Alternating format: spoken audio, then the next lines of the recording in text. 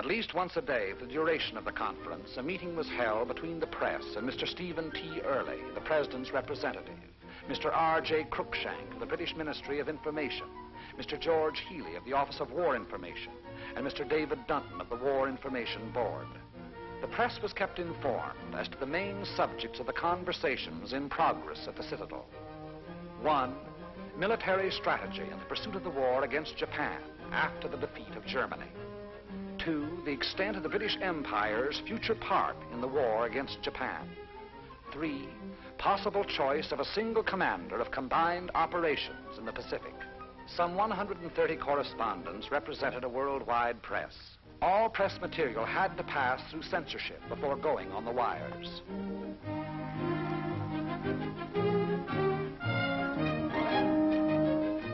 British committees, like American, working independently, prepared material for their joint chiefs. A score of such meetings progressed simultaneously.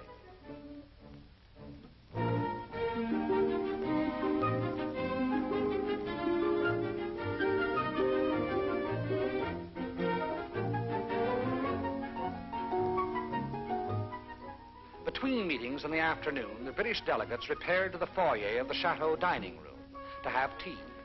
It wasn't long before Americans, too, learned to enjoy the afternoon cup. How? By the shipping of the world to carry the enormous machinery for destruction now being assembled to the scene of action in the Pacific Theater.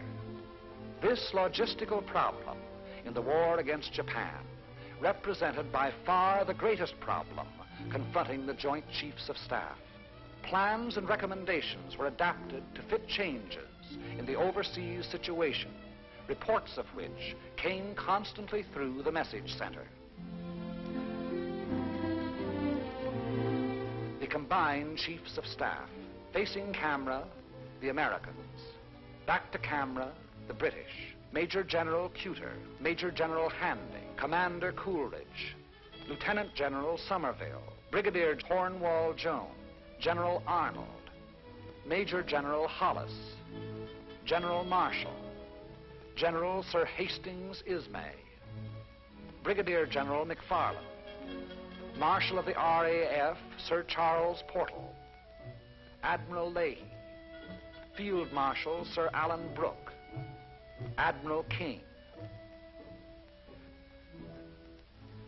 Admiral of the Fleet Sir Andrew Cunningham, Rear Admiral Cook, Rear Admiral McCormick, Field Marshal Sir John Dill, Vice Admiral Wilson, Admiral Sir Percy Noble, Major General Fairchild, Air Marshal Sir William Welch,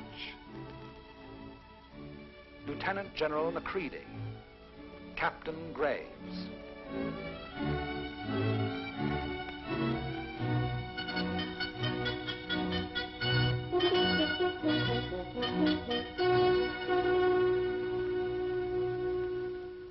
Wednesday the 13th, the Right Honorable Mackenzie King gave an official reception to the delegates of the conference.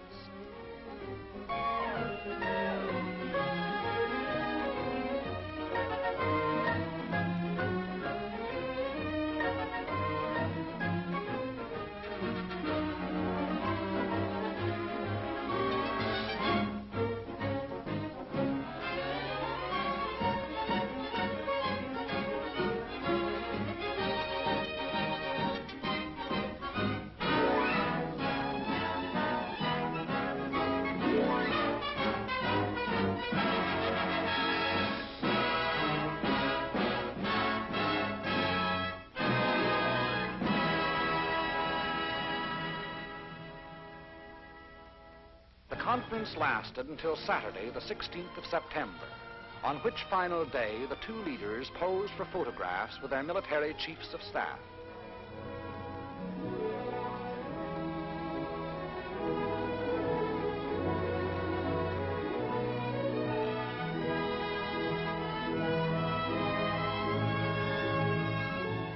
President Roosevelt and Prime Minister Churchill then received honorary degrees of Doctor of Laws from Principal and Chancellor F.C. James of McGill University.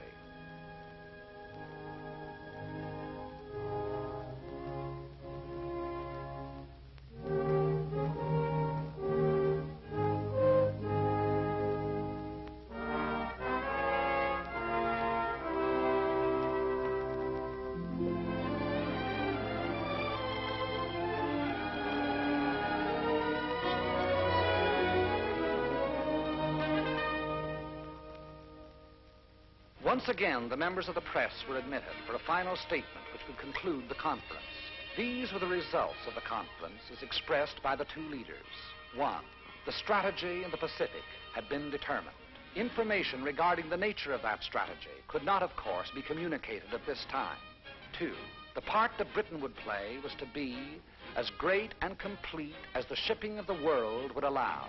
In the Prime Minister's own words, Britain would go on with the United States until the Japanese nation had been stripped of its power to inflict misery on the world.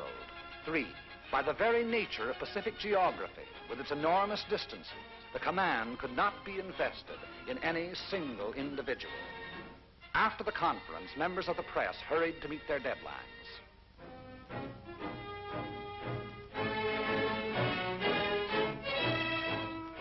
The presidential party departed in the late afternoon.